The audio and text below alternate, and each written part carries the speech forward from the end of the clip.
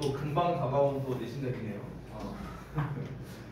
일단은 오리엔테이션을 좀 간단하게 하고 그리고 수업을 좀 하도록 하겠습니다. 선생님 뭘 잊어주셨어요? 예, 아까 물어봤어요. 늦었어요. 네.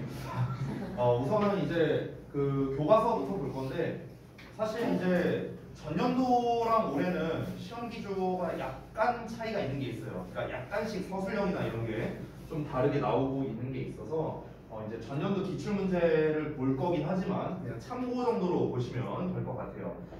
다만 이제 교과서의 경우에는 전년도랑 사실 굉장히 비슷하게 나오고 있긴 합니다.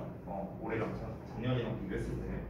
그래서 교과서 기출 문제를 제가 좀 간략하게 준비를 했는데 요거를 좀 보면서 어떤 식으로 시험에 나왔었고 그리고 우리가 그래서 어떻게 교과서를 학습하고 준비를 해야 되는가 요거를 중점적으로 보겠습니다.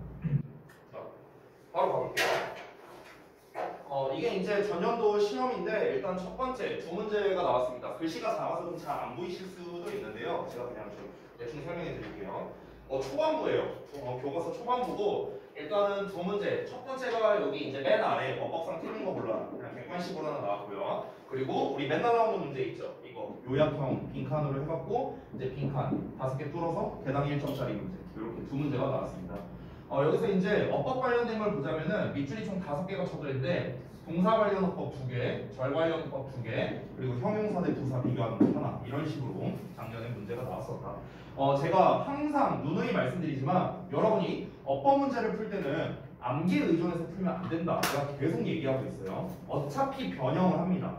어차피 변형을 하기 때문에 여러분은 어법 문제를 풀 때는 본문에 이렇게 나왔었지 하는 생각은 아예 버리고 푸셔야 돼요. 그건 아예 버리고 우리가 이제 우리 열심히 특강 기간 동안 어법 제가 실컷 설명해 줬잖아요. 그러니까 그거를 활용해서 여러분이 항상 문제를 풀 수 있어야 된다라는 거. 그리고 이제 두 번째는 이렇게 빈칸 뚫어놓은 건데 얘네들은 사실 그렇게 어려운 유형은 아니에요. 막상 풀어보면은. 근데 좀 자잘한 실수들이 나오는 경우가 많이 있습니다.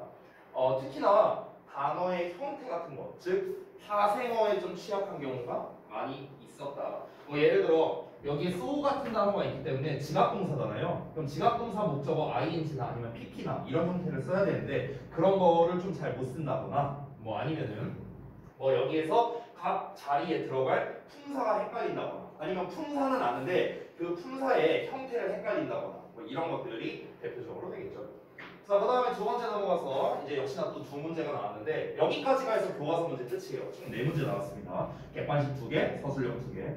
자, 그 다음에 객관식은 일단 내용일치인데 내용일치를 이제 쭉 살펴보면은 사실 문장도 되게 짧고요. 그리고 단어도 굉장히 쉽습니다. 그렇기 때문에 이거는 진짜 내가 실수만 안 하면은 풀 수 있는, 아니 맞춰야 되는 문제예요. 이런 거에서 틀리면 안 된다. 우리가 내용을 좀 상세하게 알고 여기 있는 단어가 전혀 어렵지 않기 때문에 그냥 천천히 해석만 해도 여러분이 무난하게 풀 수 있는 문제다. 3.1점 그냥 거저로 주는 거나 마찬가지예요. 그리고 우리 어찌 보면 주역부의 시그니처 문제라고 할 수 있겠죠. 틀린 거 고쳐쓰기입니다. 자, 밑줄이 총 6개가 있는데요. 어떻게 나왔는가? 동사 관련 어법 하나, 둘, 셋, 4개나 나왔어요. 밑줄 6개 중에. 그리고 절 관련된 어법 하나, 기타 하나 이렇게 나왔습니다. 자, 제가 지난번 어법 특강할 때도 계속해서 강조하고 있지만 바로 무엇입니까? 동사 관련 어법, 절 관련 어법, 기타 결국 이 3가지로 이루어져 있는데 지금 어법 2문제에서 동사 관련 어법이 압도적으로 많이 나왔다라는 걸 역시나 또 우리가 확인해 볼 수가 있겠습니다. 자, 그러면은 이제 우리가 유형을 한번 좀 정리를 해볼까요? 자, 첫 번째 일단 어법 문제 2문제 출제됐고요. 객관식과 서술형입니다. 이거는 거의 매 시험마다 똑같이 나오고 있습니다. 교과서에서 거의 항상 이렇게 나오고 있어요. 자, 어법 문제는 다시 한번 압도적으로 동사 관련 어법이 많아요. 그래서 본문 변형도 있을 수 있기 때문에 다시 한번 어떻게 학습을 해야 된다? 암기에 의존해서 우리가 학습하면 안 된다. 이게 주의점. 그리고 두 번째 본문 내용 요약 빈칸형으로 나오는데 이것도 역시나 매번 출제되는 문제죠. 내용, 어휘, 구문, 어법에 대한 이해가 있어야 정확하게 풀 수 있습니다. 근데 이 모든 것들을 요구한다고 해서 난이도가 굉장히 높아 보이지만 실제로는 그렇지 않습니다. 왜냐면 교과서 내용 자체가 어렵지 않기 때문에 사실 여러분이 침착하게만 하면 충분히 맞출 수 있는 문제예요. 그리고 세 번째는 내용일치. 아까 말했다시피 사실 보기도 어렵지 않고요. 교과서 내용도 어려운 게 아니기 때문에 그냥 여러분이 꼼꼼하게 푼다면 무난하게 풀 수 있는 문제죠. 자, 그럼 이제 우리가 어떻게 이런 애들을 이제 문제를 풀고 또는 어떻게 학습을 해야 되는가? 일단 동사 관련 어법 위주로 우리가 학습을 해야겠죠. 제가 나눠드린 교과서 그 통합본에 보면은 워크북에 동사형 어법에 관련된 게 따로 되어 있죠. 워크북에 파트 3였나요? 아마 그 동사형 어법만 나와 있습니다. 그래서 거기에서 동사형을 여러분이 다시 한번 암기로서 풀면 안 되는 거예요. 내가 계속 지금 똑같은 얘기 하고 있는데 너네가 워크북 풀 때 파트 3번, 4번이 어법이거든요. 파트 3번은 동사형, 파트 4는 그냥 전체 어법이에요. 선택형 어법. 근데 그 문제를 풀 때 내가 이렇게 워크북 검사를 하면은 대체적으로 잘 맞춰요. 잘 맞춰. 거의 다 맞아요. 너네가 채점한 거 보면은 왜 그러냐? 본문에서 봤으니까. 그냥 이걸로 푸는 거예요. 그러니까 어떤 어법상의 근거로서 여러분이 푸는 게 아니라 그냥 본문에서 봤으니까요. 여러분이 이제 내세우는 이제 주장은요. 그렇게 풀면 안 된다는 거예요. 그러니까 예를 들어서 여기다가 work 쓸래, working 쓸래 이렇게 문제가 나왔어. 그럼 내가 working이라고 정답을 골랐어. 그럼 여러분은 왜 working이라고 골랐는가? 본문에 나왔었으니까. 이러면 안 된다는 거야. 이러면 시험에서 또 똑같은 실수가 벌어지는 거예요. 본문에 working으로 나왔었는데 근데 시험 문제에서 work가 답일 수도 있고.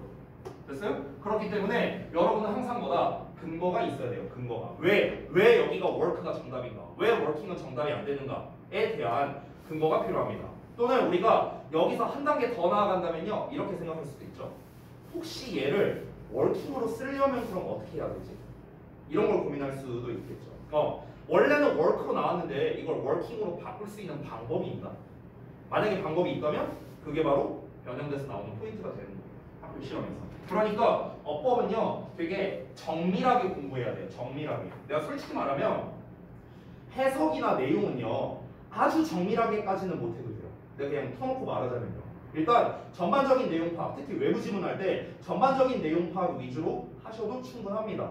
그렇게 해도 돼요. 아주 정밀한 해석, 무슨 뭐 관사, 하나, 뭐 복수형, S 하나 이런 것까지 우리가 아주 자세하게 해석할 필요는 없다는 겁니다. 하지만 어법은 아니에요. 어법은 마치 우리가 수학으로 따지면 어법에서 틀리는 것들이 대부분 마치 계산 실수에서 틀리는 것과 좀 비슷한 느낌이라고 생각하면 돼요. 그렇죠? 여러분이 공식 적용 다 하고요. 그리고 어떻게 공식을 적용해야 되는지, 어떤 타이밍 어떤 공식을 적용해야 되는지 뭐 이런 걸 다 알고 있어요. 근데 더하기 빼기 잘못해서 틀린다. 이런 경우가 분명히 있었을 겁니다. 여러분이 그동안. 그러니까 이거는 다 맞춰놓고서 틀리는 거나 마찬가지거든요. 그렇기 때문에 우리가 어법을 공부할 때도 아주 정확하고 정밀한 그런 작업이 필요하다는 겁니다. 학습을 할 때. 그래서 여러분께서 내가 미리 말하는데 워크북을 하실 때 어법과 관련된 워크북들이 있을 거예요. 교과서가 됐든 외부 지문이 됐든. 그러면 어법과 관련된 워크북을 여러분이 하실 때는요. 내가 안 시켜도 여러분은 근거에 입각해서 문제를 풀어야 돼요. 근거에 입각해서. 내가 특강 기간에 충분히 설명을 해줬습니다. 동사 관련 어법 어떻게 풀어라. 절 관련 어법 어떻게 풀어라. 기타. 이제 특히나 이제 자주 나오는 게 뭐 이제 형용사 대 부사라든가 이런 거 잘 나오죠. 대명사나 대동사 이런 것들이 있었죠. 하나 팁을 주자면 이건 그냥 참고사항인데 내신에서는 대동사나 대명사 이런 문제가 잘 나오진 않습니다. 보통 기타에서 제일 많이 나오는 게 세 가지인데요. 병렬 구조 그리고 주역보는 특히나 좋아하는 게 이제 도치구문. 그리고 저기 하나 형용사 대 부사. 요 정도가 내신에서 많이 나옵니다. 자, 어찌됐든간 다시 돌아가서 여러분이 어법을 학습할 때는 항상 근거를 기반으로 암기로 푸는 게 아니다. 내가 한 5번 얘기했어요 지금. 그 정도로 중요합니다. 여러분이 워크북을 하실 때 그 근거를 작성해야 돼요. 정답을 맞추는 게 중요한 게 아니야. 어차피 바뀌어서 나와. 그걸 우리가 염두에 두고 얘는 왜 이게 정답이지? 이거를 생각해서 여러분이 쓰고 나한테 설명할 줄 알아야 돼요. 만약에 본인이 정답은 맞췄어. 정답은 잘 맞추겠지. 본문에 나왔었으니까. 근데 왜 하필 얘가 정답이 돼야 되지? 이거를 나한테 설명할 수 있냐 없냐가 기준이에요. 나한테 유려하게 설명할 수 있으면 본인이 이해하고 있는 거고요. 나한테 설명할 수 없다면 여러분은 모르는 어법인 거예요. 그럼 어떻게 해야 돼? 정답을 맞췄냐 틀렸냐랑 무관하게 여러분은 별표로 크게 체크를 해오셔야 돼요. 그리고 우리가 매주 수요일마다 제가 시간이 비잖아요. 그럴 때 저한테 질문하셔야 됩니다. 이거는 선택사항이 아니에요. 필수예요, 필수. 알겠죠? 내가 설령 수요일날 수업 끝나고 자 오늘 수업 고생 많았다 잘 가라 해도 여러분은 책 들고 와서 나한테 질문하려고 해서 대기해야 된다는 거야. 그 정도 마인드는 돼야 우리가 어법에서 틀리지 않을 수 있어요. 정밀함이 중요하니까 그런 거야. 무슨 말인지 알겠지? 자 그리고 두 번째 본문 내용 요약 빈칸형으로 나오는데 사실 이거는 본문 어디에서 낼지는 몰라요. 이거는 진짜 선생님 마음이기 때문에. 그래서 일단 전반적인 내용 도식화는 당연히 할 겁니다. 내용 이해를 위해서라도. 그리고 파생어에 대한 학습이 필요하겠죠. 제가 일단 1차적으로 유의어는 드렸는데 우선은 이 1차적으로 유의어 학습을 좀 해보고 그리고 우리가 본문 진도로 어느 정도 나간 다음에 만약에 추가로 파생어나 이런 게 필요하다고 제가 판단이 든다면 그러면 제가 뭐 파생어가 정리된 거를 좀 추가해서 유의어를 드리던가 이렇게 하겠습니다. 자 그리고 기본적인 어법이나 구문에 대한 학습도 필요하다. 아까 내가 말했다시피 이런 거 있잖아요. 이런 거 할 때 지각동사 목적어 동사원형 ing pp 셋 중에 하나 들어갈 수 있다. 이걸 모르면 못 풀 거 아니에요. 네.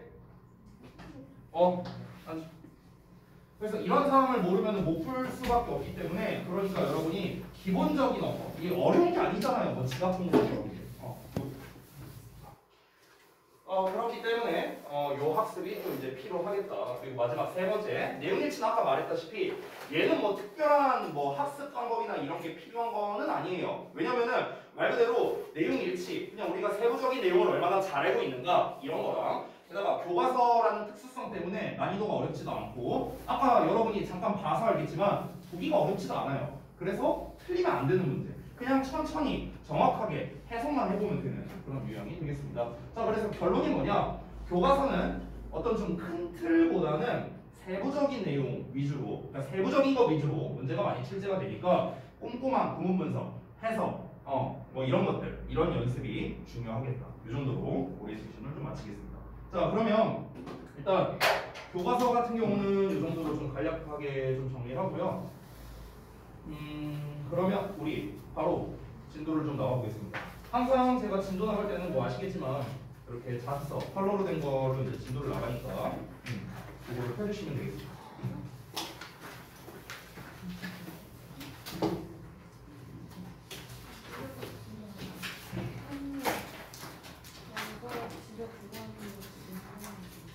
집에 두고 왔는데 뭐라고요? 그 뒤에 못 들었어요. 첫날부터 자료를 두고 와요. 자료를 다 줬는데 다 줬다는 거는 다 챙겨오라는 뜻이죠. 당연히 서프름 공수잖아.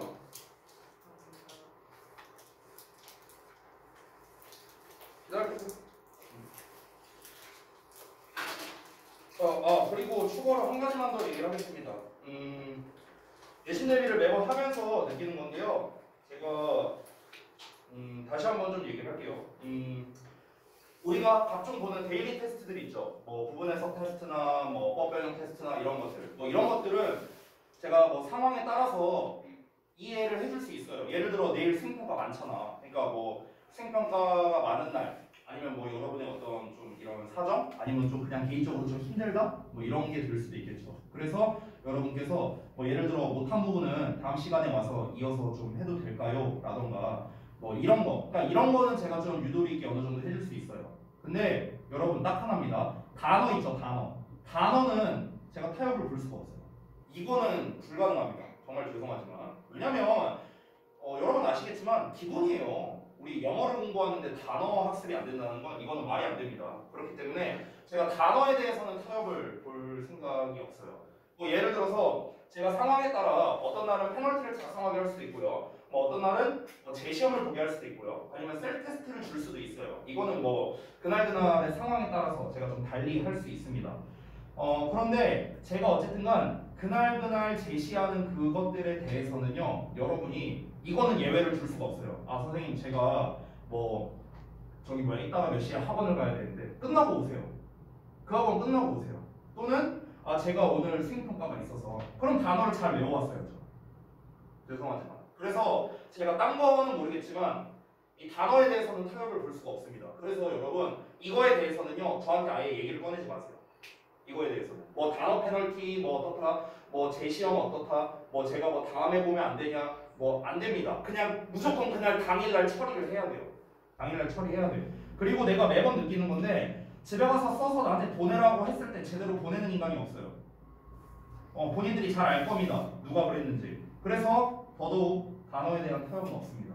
이거는 세상이 무너져도 여러분이 어떤 일이 있어도 단어에 대한 타협은 없어요. 내가 지금 계속해서 강조했습니다. 알겠죠? 그래서 단어 여러분이 페널티를 당하고 싶지 않다. 잘 외워보세요. 철저하게 외워보시고. 알겠죠? 자, 잠깐만 기다리세요.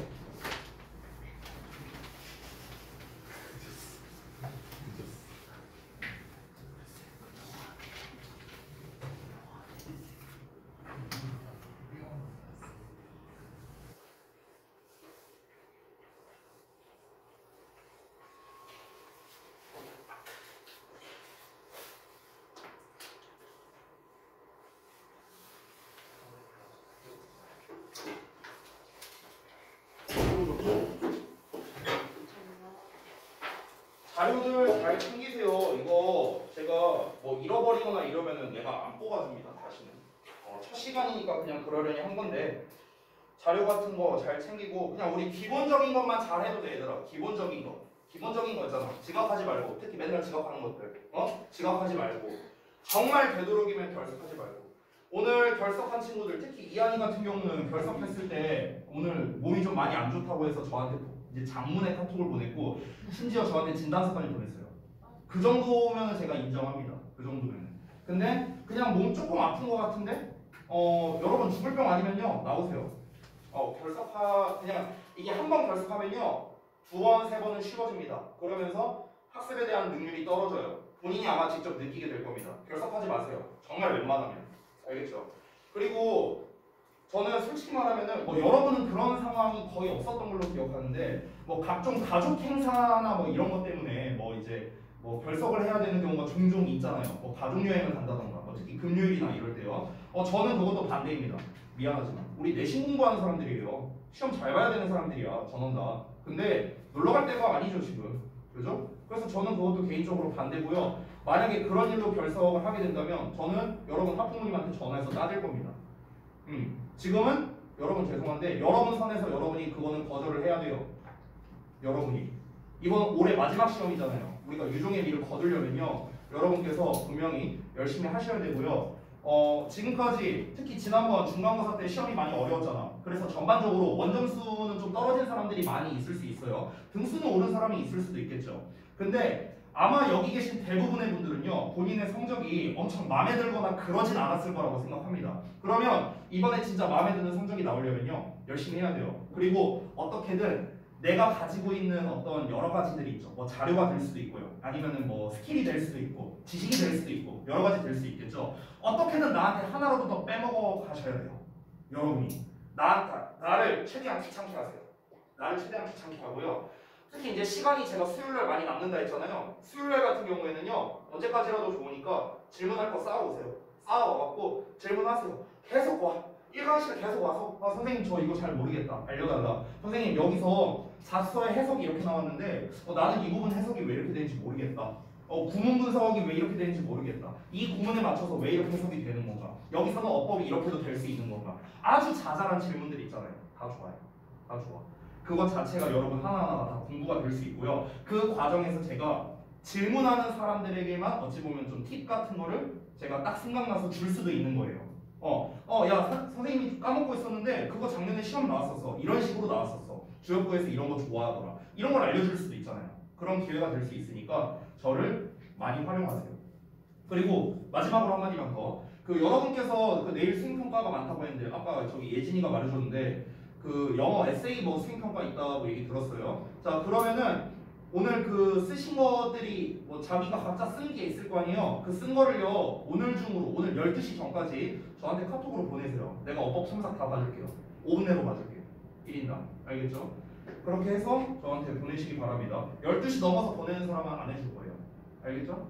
자 얘기는 여기까지 하고 그럼 이제 수업 들어가겠습니다. 진도는 혹시 다 나간 계실까? 아직 다 안 나갔어요? 오케이. 알겠습니다. 여기에서 가장 중요한 녀석이라고 할 수 있는 게 바로 뭐냐? 요거죠, 요거. 소재요, 소재. 항상 교과서를 공부할 때는요, 우리가 일단 노트를 먼저 보고 가야 된다고 했습니다. 과외 제목이 뭐냐면 fill what others fill. 그러니까 다른 사람들이 느끼는 걸 느껴라 라고 했죠. 다른 사람이 느끼는 걸 느끼라는 건 결국에 뭐냐? 공감 능력을 얘기하는 거겠죠. 그래서 empathy라는 단어가 굉장히 중요한 단어라고 할 수 있겠죠. empathy 하면은요, 사실 우리가 비슷한 단어가 sympathy라고 할 수 있어요. sympathy. 보통 우리가 sympathy 하면은 연민, 뭐 동정 이런 의미로 많이 알고 있죠. 이게 공감이라는 뜻도 돼요. 공감. 됐어요? 그래서 empathy, sympathy 이런 게 전부 다 뭐다? 어떤 공감에 관련된 표현이다 라고 할 수 있겠습니다. 그러면 너의 공감 능력을 turn on, 켜라 라는 거니까 여기서의 켜라는 건 활성화시켜라 라는 의미로 보면 되겠습니다.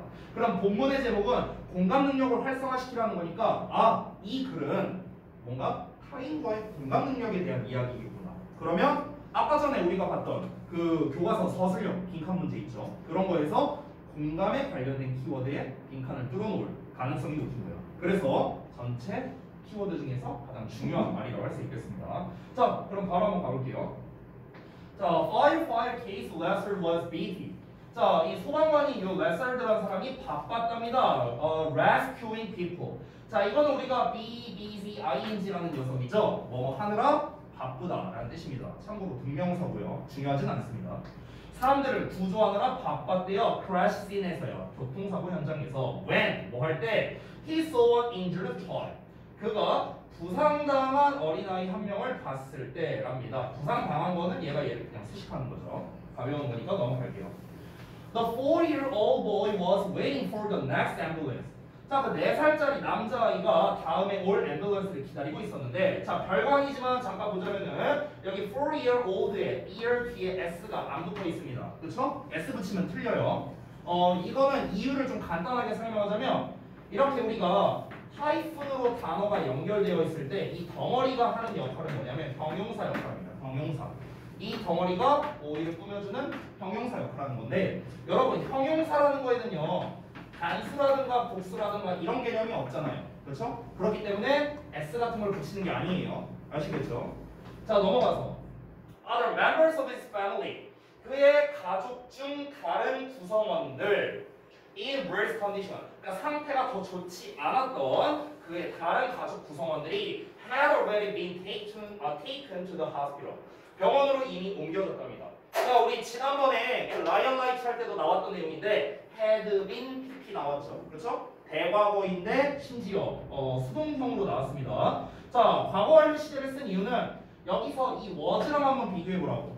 얘는 일반적인 과거형이지만 여기는 대과거형으로 썼잖아. 그렇지? 이 둘의 차이점을 봤을 때 4살짜리 남자아이가 기다리고 있는 시점, 그리고 그 이전에 다른 가족들이 이미 실려갔다는 거잖아. 그 이전에. 그러니까 대과거 시제를 쓴 거고, 그리고 수동태를 쓴 이유는 다른 가족 구성원들이 실려가게 된 거잖아요. 된 거니까 BPP라는 수동태 형태를 쓴 거죠. 됐죠? 자, 아까도 말했지만 동사 관련 어법이 1순위예요. 동사 관련 어법. 그러니까 항상 주의하시고요. 넘어갈게요. The boy was not so badly injured but was crying.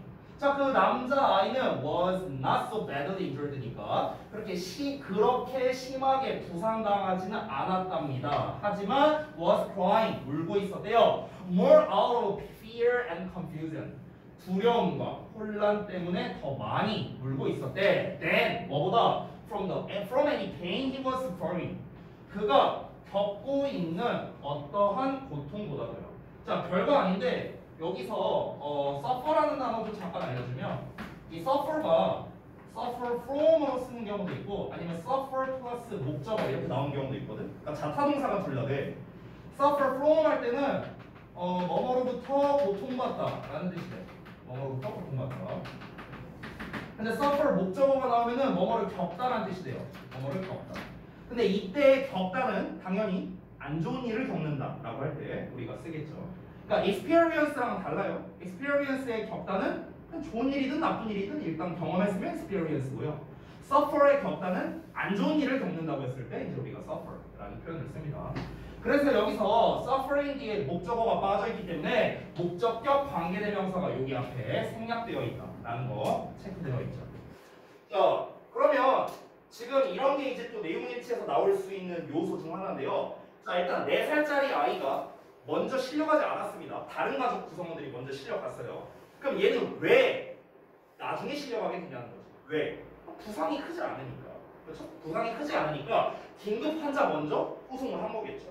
근데 4살밖에 안 됐으니까 애가 얼마나 무섭겠어. 그 현장에 뭐 가족도 없고 그런 상황인 거예요 지금.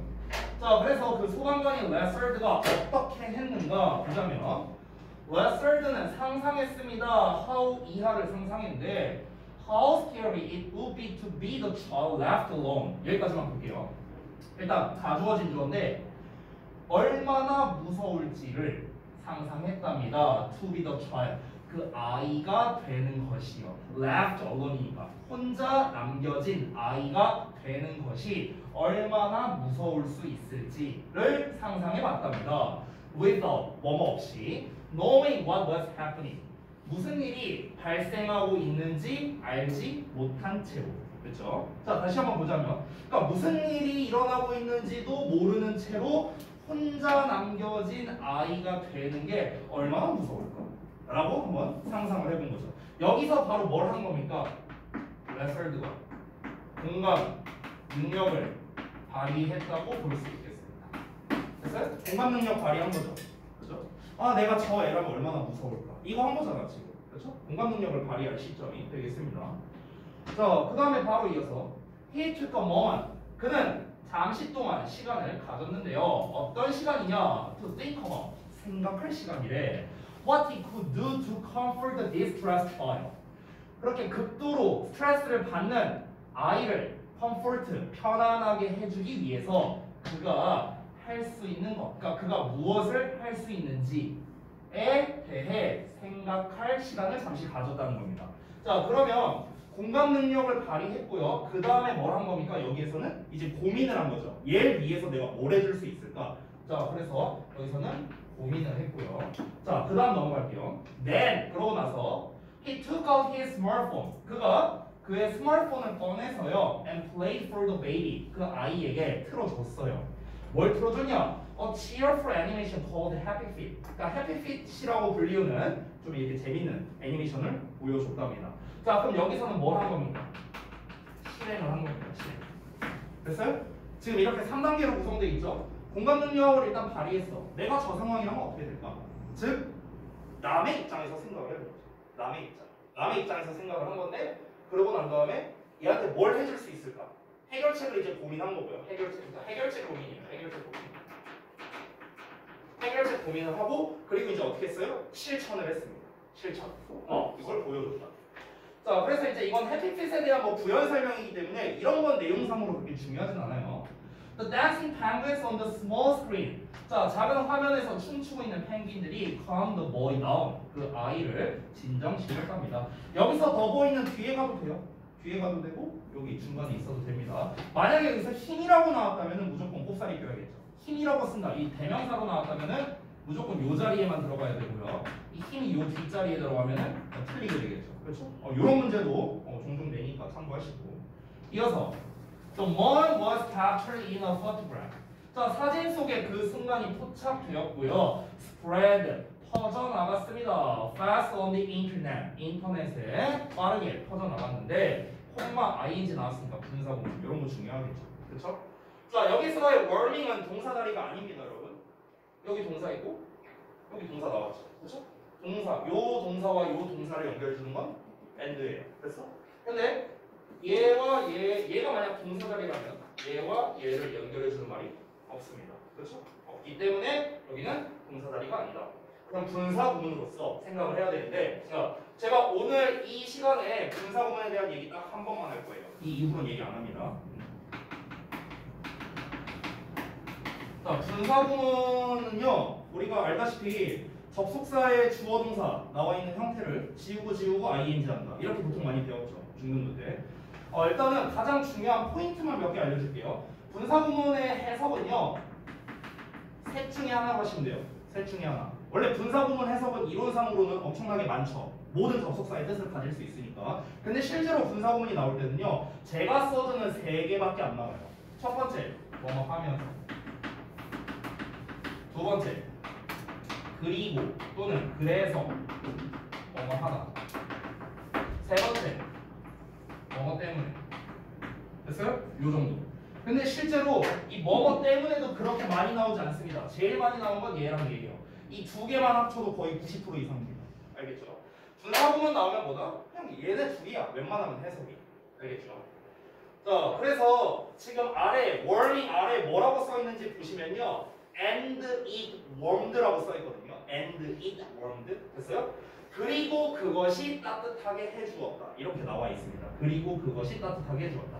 자, 여러분, 결과가 앞내용을 다시 보면은 그 순간이 사진 속에 포착되어서 인터넷에 급속도로 빠르게 퍼져 나갔는데, 근데 그 순간이, 그러니까 그 포착된 그 순간이 많은 마음을 따뜻하게 해줬다라는 거겠죠. 그래서 여기서 이 시간을 키는 건 뭐냐? 앞에 나와 있는 모먼트예요. 모먼트. 그래서 그 순간, 그 포착된 순간을 말하는 거예요. 포착된 순간. 그렇죠? 자, all over the world, 전 세계의 수많은 마음을 따뜻하게 해줬다. 자, 다시 돌아가서 그래서 해석은 요 세 가지로 하면 되겠고, 결국 분사 구문의 포인트는요, ing냐 pp냐예요. 이게 제일 핵심이야. 이건 내가 늘상 말하는 거지만 ing 뒤에는 목적어지만 pp 뒤에는 목적어가 안 온다. 맨날 얘기하는 거죠. 그리고 당연히 얘는 능동이니까 뭔가를 한다라고 해석이 되겠고, 얘는 뭔가가 된다라고 해석이 되겠죠. 그렇죠? 이거는 여러분이 잘 알고 있는 내용이니까 넘어가도록 하겠습니다. 여기서는 다시 한번 warning에 대한 주어가 누구라고? 얘예요. 얘 모먼트야. 그 포착되는 순간. 그럼 포착되는 순간, 그 순간이 많은 전 세계에 있는 많은 마음을 따뜻하게 해 준 거예요. 그걸 통해서 따뜻하게 되었다는 거죠. 됐어? 그래서 여기서는 많은 마음을 따뜻하게 해 주었다는 거니까, 한 거니까 ing을 쓴 겁니다. 자, 다음 넘어가서 later, 나중에 when the news media, 언론이 carried the story, 그 이야기를 carry 했대요. 여기서 carry 했다는 건요, 기사로 냈다는 겁니다. 기사로 가져다 준 거니까. 어떤 이야기냐? That the Charles family was struggling to pay their medical bills. 여기서 대시 똑같다고 나왔는데 동격의 대시요, 동격. 뒤에 완전한 문장 나와 있죠. 따라서 얘는요, 관계대명사 which라는 형태로 써서 안 됩니다. 동격 접속사 대시이기 때문에. 다시. 그 아이의 가족이 was struggling, 분투하고 있었대. 그러니까 좀 이렇게 고생하고 있었다고. 뭐 하려고 고생하느냐? To pay their medical bills니까 그들의 치료비를 지불하는 데 있어서 좀 이렇게 고생하고 있었다는 거죠. 자, 그 이야기가 기사에 나왔을 때 donations came in from everywhere. 자, 모든 곳으로부터 기부금이 들어왔답니다. 기부금. 됐어요? 그래서 이제 저 donate라는 말, 우리가 이제 기부하다라는 거. 잠깐 따로 써볼게요. 기부하다. 일단 donate죠. 그렇죠? 동사형으로서. 또는 우리가 give away라고도 써요. give away. 이게 기부하다라는 뜻도 됩니다. 이런 식으로 쓸 수 있고요. 그리고 얘 donate의 명사형이 지금 나와 있는 것처럼 donation. 그냥 션으로 붙이면 돼요. 간단하게. 자, 그래서 마지막 문장. The firefighters' kindness worked a small miracle. 자, 소방관의 친절함이 작은 기적이라는 거를 만들어내게 되었다. 이렇게 나왔습니다. 자, 그러면은 지금 본문 1에서 가장 핵심적인 내용은 뭡니까? 일단 스토리텔링이 나름대로 있어요. 나름 있는데 결국 중요한 건 뭐냐면 소방관이나 레서드가 아이를 위해서 공감 능력을 발휘했다는 거예요. 그러니까 큰 틀로 보면 공감 능력을 발휘한 건데 이거를 좀 자세하게 좀 순차적으로 가보면 일단 저 아이라면 내가 저 아이라면 어떨까? 역지사지로 생각을 해본 거야. 이게 첫 번째. 그리고 저 아이를 위해서 어떻게 해야 될까? 해결책을 고민해봤고요. 그리고 마지막 세 번째로는 고민한 후에 그거를 실천했습니다. 여기까지를 이 본문에서 미리 말하면 여기 이 세 개의 과정이 있죠. 이걸 합친 거를 공감의 정의로 말하고 있어요. 이 글에서는요. 우리가 보통 공감의 정의하면 뭐예요? 그냥 다른 사람 입장에서 내가 잘 생각할 수 있는 것. 보통 우리가 이제 이걸 공감의 정의로 생각하잖아. 근데 이 본문에서는 그게 끝이 아니에요.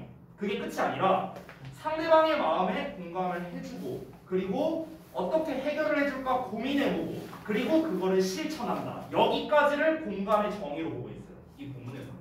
알겠죠? 자, 그러면 다음 내용 이어서 한번 보겠습니다. 본문 2번 갈게요.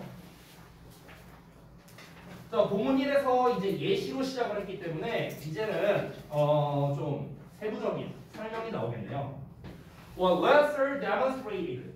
자, lesser가 보여준 것. 지금 여기서의 what은 관계대명사예요. 자, 관계대명사 what 나오면 무슨 취급이다?